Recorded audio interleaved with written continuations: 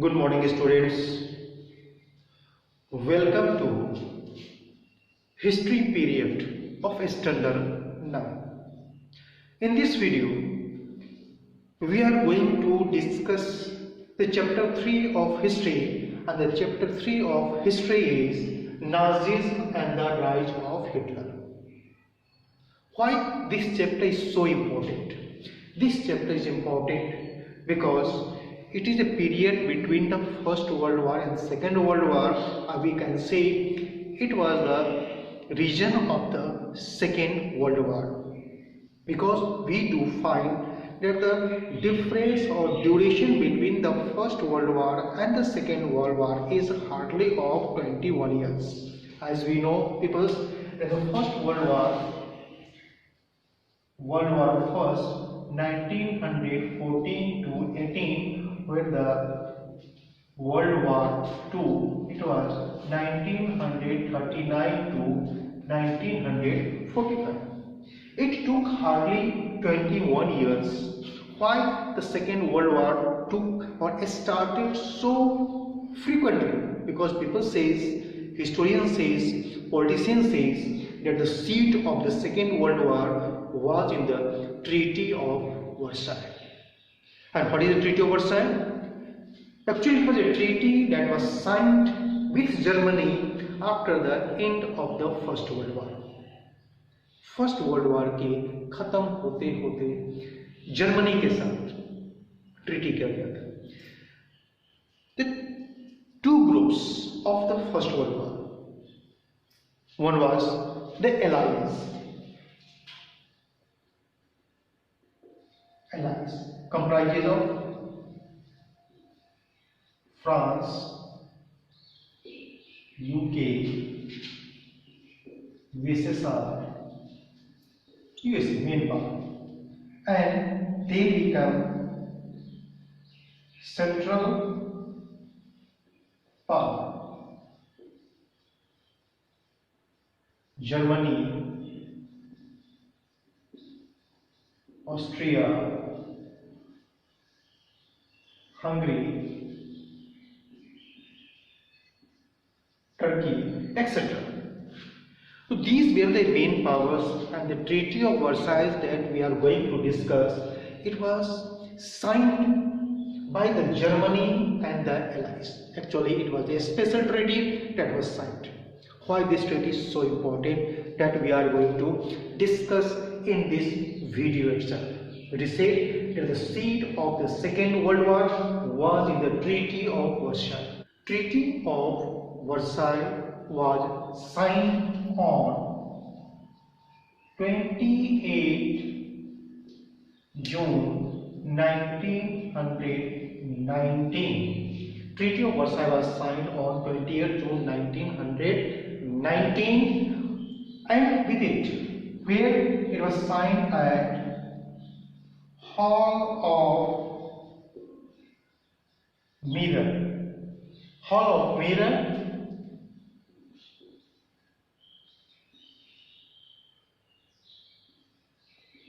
Versailles, in France, means Paris. It came to effect from the 10th January 1920. Signed on 28th June. Where it was signed? It was signed at the Hall of Mirror, Versailles, and from where it came to effect? It came to effect from the 10th June 1920. Signed कब? 28 जून. Effect कब? 10 January 1920. It was written in the two languages, French and English. दो language में लिखा गया था, French और English. थोड़ा सा सरप्राइजिंग होगा आप लोगों के लिए, क्योंकि साइन किया गया जर्मनी के साथ, और जर्मनी के साथ साइन किया गया, लेकिन इसमें जर्मन लैंग्वेज का कहीं भी इंटरप्रिटेशन नहीं है, कहीं भी यूज नहीं किया गया है. ये सिर्फ लिखा गया था French and English, and these two power were the part of allies, not the part of central power. अब ये सोच रहे होंगे कि जर्मनी की क्या कंडीशन हुई होगी। जर्मनी के पीपल्स को कहाँ जाके, जर्मनी के पीपल्स को फ्रांस में जाके ट्रीटी साइन करना पड़ा था। वो ट्रीटी जो उनके लैंग्वेज में नहीं लिखी हुई थी, और it was given very less time to Germany to go through it. It was very difficult work. Other than it, it is not a small treaty. This treaty contains 240 pages. आपने book देखोगे कितने page का है, 240 page का था, और it contains 440 articles. Compare करके देख लोगे, इंडियन कॉन्स्टिट्यूशन हैज 395 आर्टिकल्स, इसके पास 440 आर्टिकल्स है। सब अगर हम आर्टिकल और सब आर्टिकल को जोड़ेंगे तो जितना बड़ा हमारा कॉन्स्टिट्यूशन है रिटन फॉर्म, उतने फॉर्म में लिखी है। अब इसका असर हम 3 ग्राउंड पे करेंगे, on the 3 grounds: territorial loss, then economic loss, then military loss that the Germany had to suffer. इस 3 ग्राउंड पर हम इसका आकलन करेंगे, इसका द ट्रीटी ऑफ वर्साई का। अंडर द टेरिटोरियल लॉस, उसने कितना टेरिटरी लॉस किया, क्या नुकसान हुई। It is confirmed when a country loses its territory, then obviously the country has to lose its population, and we people know that population play a vital role for the country. Population ही नहीं रहेगा तो उसके पास army कहाँ से आएगी, production में दिक्कत, marketing में दिक्कत, ये बहुत सारी चीजें आती हैं। तो पॉपुलेशन प्ले, बहुत ज़्यादा पॉपुलेशन हानिकारक है, लेकिन population increasing, population play a vital role, no problem. Germany had to suffer on the both the ground. कितना सफर करना पड़ा था, देखिए टेरिटोरियल लॉस में Germany had to surrender 65,000 kilometre square of its territory, छोटा मोटा नहीं, 65,000 kilometre square, and with it has to suffer 7 millions of its population. उस टाइम के पॉपुलेशन के हिसाब से ये बहुत ही ज्यादा था, 7 millions of its population. Then Germany had to give up gain made through the Treaty of Brest-Litovsk with Russia. Russian Revolution में आपने पढ़ा होगा कि during the Russian Revolution, the Bolshevik parties were willing to withdraw from the First World War. And to withdraw themselves from the First World War, it made a treaty with the Germany, surrender किया, और इसमें Russia को बहुत ज़्यादा नुकसान हुआ था और जर्मनी बहुत ही गेन में थी। Germany had the upper hand. तो कहा गया कि जो ट्रीटी ऑफ वर्सेलिस थी, इसमें जो भी गेन उन्होंने मेड किया था ब्रेस्ट लिटोवस्क ट्रीटी में, सारे ट्रीटी को, सारे गेन को उनको सरेंडर करना पड़ा था। किसको? जर्मनी को। मतलब कि एक तरह से उनका जो 17 का गेन था वो 19 में नलीफाई हो गया, बिल्कुल ही खत्म हो गई। और Germany had to recognise independence of Poland. Poland बिल्कुल देखोगे मैप में आप, बगल में ये पोलैंड, जो बाद में हम लोग इसी चैप्टर में पढ़ेंगे। It become the experimental centre for the Hitler. अभी हिटलर की बात नहीं स्टार्ट किया, हम लोग अभी बात कर रहे हैं कि ट्रीटी ऑफ वर्सेलिस की। तो पोलैंड का इंडिपेंडेंस रिकॉग्नाइज करना, तो ये उनका टेरिटोरियल लॉस, ठीक है, रिकॉग्नाइज किया, अंडर प्रेशर किया। लेकिन ये जो 2 ट्रीटी था, पार्ट था, ये बहुत ही उनके लिए नुकसानदायक था। It was so defeating because it has to lose area, therefore 65,000 kilometre square of area, population loss हुआ, एग्रीकल्चर लॉस हो गया, mines loss, everything they had to surrender from it. It was under the territorial loss.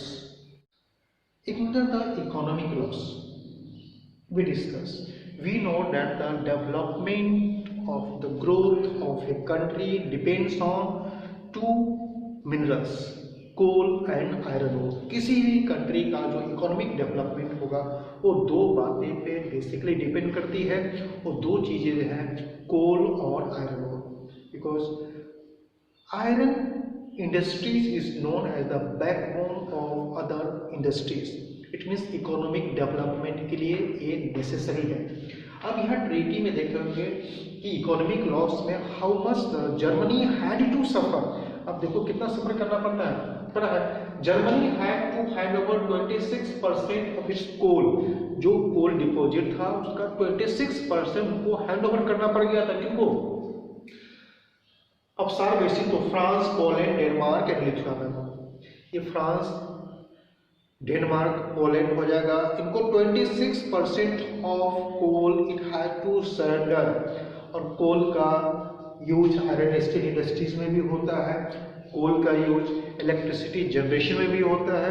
इसका मतलब कोल play vital role और उसका 26% कोल उनको surrender करना था। नुकसान हो रहा है कि नहीं हो रहा है? उनको नुकसान, फर्दर नुकसान देखो। Germany had to surrender 75% of its iron ore. Iron ore 75% उनको सरेंडर करना पड़ गया था। मतलब कि उनके पास आयरन ओर बहुत ही कम बच गया।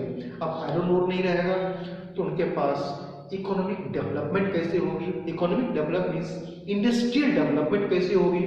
आर्म्स कैसे बना सकते हैं? माने कि कुछ नहीं बना सकते हैं। ट्रांसपोर्टेशन से हो गया, आर्म्स हो गया, अदर इंडस्ट्रीज का टूल्स हो गया, ये सारे किस पे डिपेंड करता है? सारा डिपेंड करता है आयरन ओर का। लेकिन उनका 75% आयरन ओर यहीं तक नहीं रुका, उनके ऊपर ब्लेम कर दिया गया। They were blame for the conspiracy of and culprit of the first world war. आपने ही वर्ल्ड वॉर स्टार्ट किया है, आप इसका हर्जाना भरेंगे। तो उस समय कितना? 6.6 बिलियन पाउंड, 6.6 बिलियन पाउंड। और later on we will go through it, we will find that Germany had to take the short term loan to repay this loan, means war compensations। तो ये जो शॉर्ट टर्म लोन लिया था वो USA से लिया था। बाद में यूएसए ने भी मना कर दिया क्योंकि उनकी यहाँ इकोनॉमिक डिप्रेशन हो गई।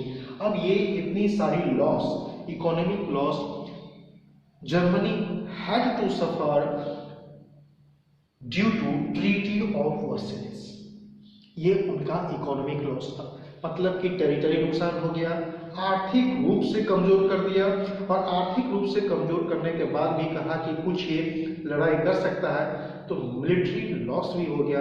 Now we are going military loss में देखेंगे कि मिलिट्री लॉस में उनको कितना नुकसान हुआ है। मिलिट्री लॉस में, अब मिलिट्री लॉस में उसको क्या क्या लॉस सहना पड़ा था? मिलिट्री लॉस में देखिए, strength of Germany army means हम बात कर रहे हैं थल सेना की। आर्मी हो गया थल सेना। Germany army was reduced from 19 lakh to 1 lakh.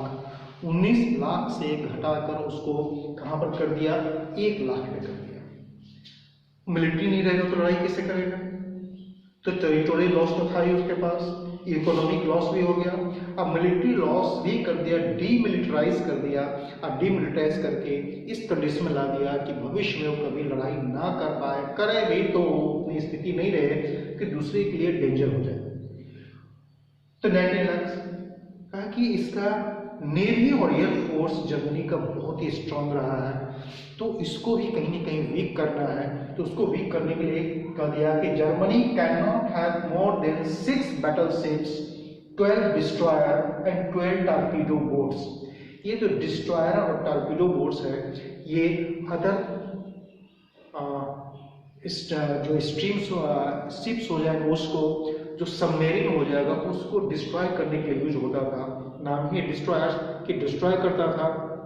और ये बहुत ही स्ट्रॉन्ग था, नेवी में बहुत ही स्ट्रॉन्ग। तो जर्मनी कहा कि आपके पास इससे ज्यादा नहीं होगी, जीरो तो नहीं कर सकते हैं। और इतना कर दिया कि ये लगभग जीरो के नजदीक है। किसी भी कंट्री के आर्मी के पास 6 बैटलशिप हो, ओनली 12 डिस्ट्रॉयर्स हो, ओनली 12 टॉर्पीडो बोट्स हो गया, तो क्या स्ट्रेंथ रह जाएगी? तो स्ट्रेंथ तो कम कर दिया गया। एयरफोर्स में उन्होंने केमिकल वेपन्स का बहुत ज्यादा यूज किया था, बमबार्डिंग करते थे। तो बॉम्बार्डिंग किया तो उसको भी रिड्यूस कर दिया। उसको क्या कर दिया गया, कहा कि जर्मनी के पास 6 फाइटर प्लेन से ज़्यादा नहीं रह सकता है। देखो आर्मी 19 लाख से रिड्यूस करके 1 लाख पे ले आया। देन नेवी में 6 बैटलशिप जो बड़ा शिप हो गया, 12 destroyers, 12 torpedo boat. Torpedo boat भी एक तरह से डिस्ट्रॉयर है, लेकिन इसका साइज इससे कंपैरेटिवली बहुत ही छोटा होता है, इजी टू कैरी हो जाती है। And Germany can not have more than 6 fighter plane, plane का नंबर भी रिड्यूस कर दिया है। और Germany can not manufacture chemical weapons, chemical weapons नहीं बना सकते हैं, जिसमें वो महारत हासिल था, वो अटैक किया करते थे, वो भी नहीं बना सकते हैं। और कहा कि ठीक है, थोड़ा सा लिबर्टी दिया। लिबर्टी क्या दिया कि Germany can make the new war materials in a new factory that is approved by allies. Do you think that the allies would permit them to manufacture the dangerous war equipments? No, not at all. कहा कि हमने आपको permission दे दिया है, लेकिन उस permission में एक तरह से नेग्लिजेंसी था, मतलब कि आप मैन्युफैक्चर नहीं कर सकते हैं। तो हमने देखा मिलिट्री लॉस में क्या क्या था। 3 स्टेज पे हमने स्टडी किया है। क्या क्या? एक था कि इस ट्रीटी में टेरिटोरियल लॉस कितना हुआ जर्मनी का, इस ट्रीटी के अकॉर्डेंस उसका इकोनॉमिक लॉस कितना हुआ, और इस ट्रीटी के अकॉर्डेंस उसका मिलिट्री लॉस कितना हुआ।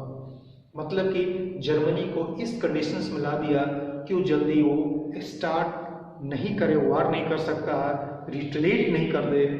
और यही एक कारण था कि कहा गया कि seeds of the Second World War lie in the Treaty of Versailles. I do hope you have understood it.